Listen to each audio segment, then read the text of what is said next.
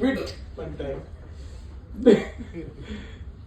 இல்லை, ஒரு வேலை இருக்குது, ஒருத்தர் மீட்டிங் இருக்குது, அதனால் கொஞ்சம் சீக்கிரம் போகணுன்னு சொன்னேன். இல்லை, அப்போ வந்து நான் அசிஸ்டன்ட் டைரக்டரு.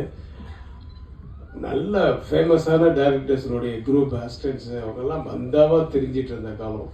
இந்த நம்ம டிரைவன் உட்லாண்ட்ஸுக்கு போனால் ஒரு சைடில் பாரதிராஜ் சார் யூனிட்டு, ஒரு சைடில் ஆர் சுந்தரராஜ் சார் யூனிட்டு, ராணுமோகன் அவங்க, இந்த ராஜேந்திர குமார், பயங்கர, அதாவது அவங்கெல்லாம் சக்ஸஸ்ஃபுல் டைரக்டர்ஸினுடைய அசிஸ்டன்ஸு. ஆமாம், இப்படிலாம் காலத்துக்கு போட்டு நம்மளாம் அந்த பக்கம் போனாவே மதிக்கவே மாட்டாங்க. நம்ம ஏதோ சின்ன சின்ன படங்கள்லாம் பண்ணி அந்த படமாக ரிலீஸ் ஆகாது, அந்த மாதிரி ஸ்டேஜ். அப்போ இவங்ககிட்டலாம் வந்து போய் சான்ஸ் கேட்க சொல்லுவாங்க, எனக்கு வெக்கமாக இருக்க முடியாது, அதெல்லாம் முடியாது. ஏன்னா நான் ஃபிலிம்ஸ் எக்ஸ்போர்ட் பண்ணிவிட்டு அப்படி அசிஸ்டன்ட் டைரக்டர் மாதிரி ஒரு இதில் இருந்தேன். அப்போது ரங்கராஜ் சாரோடைய